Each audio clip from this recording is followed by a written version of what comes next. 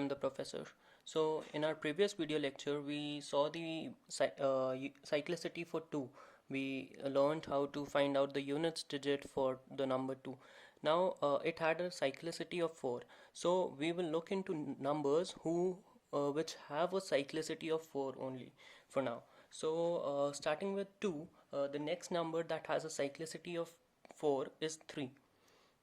So let's see what is the cyclicity for 3. So 3 to the power 1 is 3, 3 to the power 2 is 9, 3 to the power 3 is 27, 3 to the power 4 is 81. Now if I go beyond that, if I go for 3 to the power 5, I'll get a number 243, which is where the units digit is same as 3 to the power 1. So I know that and I'll see a repetition after that. There would be a 9, 7, 1, 3, 9, 7, 1. So these are the only digits that any 3 raised to any power can take at its units place. So that 3 also has a cyclicity of 4 only. Now the next number that we have for cyclicity of 4 is 7. Let's see how. 7 to the power 1 is 7. 7 to the power 2 is 49. 7 to the power 3 is 343. 7 to the power 4, if I just calculate 1 and 2 carry 3, it's 2401. And if I go beyond that, since I'll be multiplying another 7 to it, I'll get a 7 at the units position for 7 to the power 5.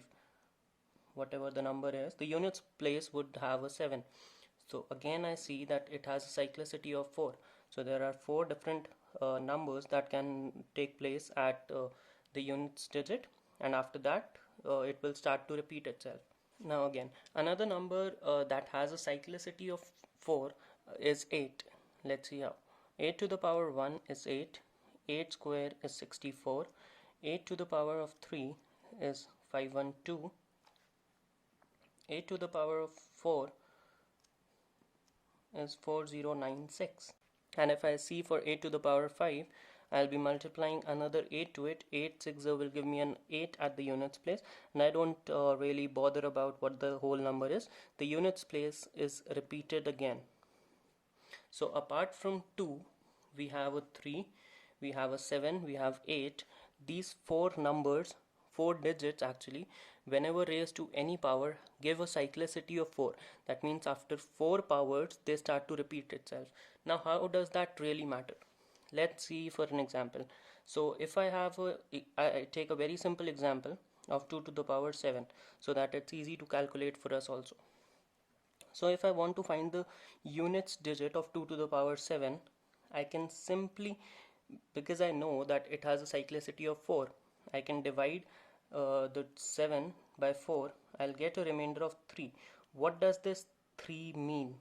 So if I just write down the cyclicity for 2 quickly over here, 2 to the power 1 is 2, 2 square gives me 4, 2 cube gives me 8, and 2 to the power 4 gives me 16.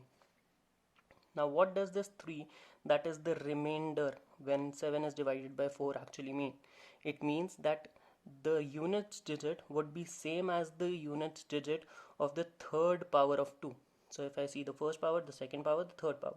So the third power is 8. So the units digit for the third term, it has to be 8. Now let's see if our observation is really correct. So if I go for 2 to the power 5, it's 32, 2 to the power 6 is 64, and 2 to the power 7 is 128, which is again 128. The units digit is 8, which is same as what we found out by the shortcut and by a technique of cyclicity.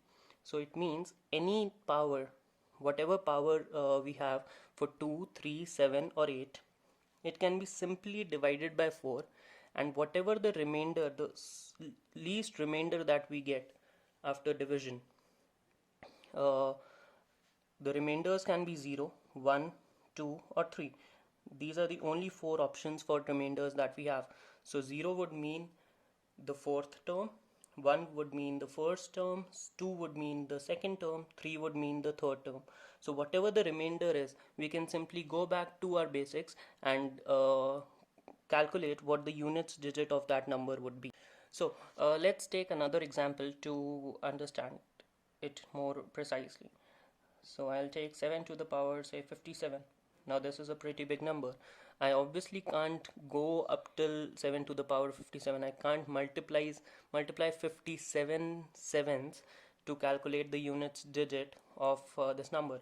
So as per our technique of cyclicity that we learned, I can simply divide this 57 by 4. So my remainder would be 1 because 56 is divisible by 4. So my remainder is 1. So the 7 to raised to power 1. So this question becomes as same as 7 to the power 1, which is 7. So it gives me a units digit of 7. Remember, this is not the whole answer. This is not the whole number that we get. The only answer that we arrive from this technique is the units digit. Only the units digit.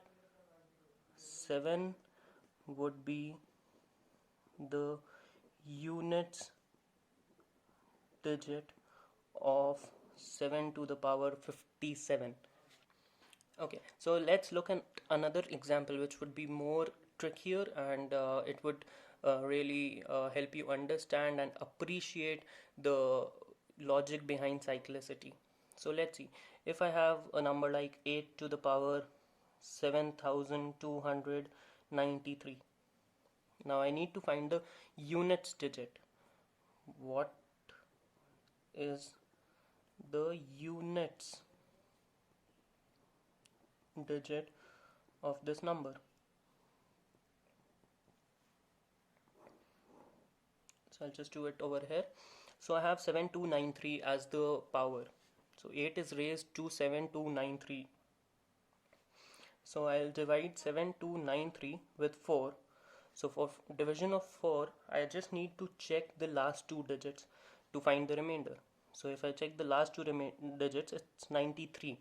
And I know that 92 is a multiple of 4. So the remainder that would come out would be 1. So what does this 1 mean? That this question is as same as 8 to the power of 1. Now 8 to the power 1 will have a units digit of 8. So this big enough number also has a unit digit of 8 only. So that is how cyclicity helps to ease the process of calculation whenever any number is raised to some power, and it becomes really difficult for us to calculate the extent to which the unit digit would lie. So that's about cyclicity. So these four digits actually, 2, 3, 7 and 8 have a cyclicity of 4. Next up we'll discuss numbers which have cyclicity of 2 or 1, and then we'll proceed with some more trickier examples which will help you understand the concept of cyclicity even better. Thank you for watching. Keep studying, stay safe. I'm the professor. See you. Bye bye.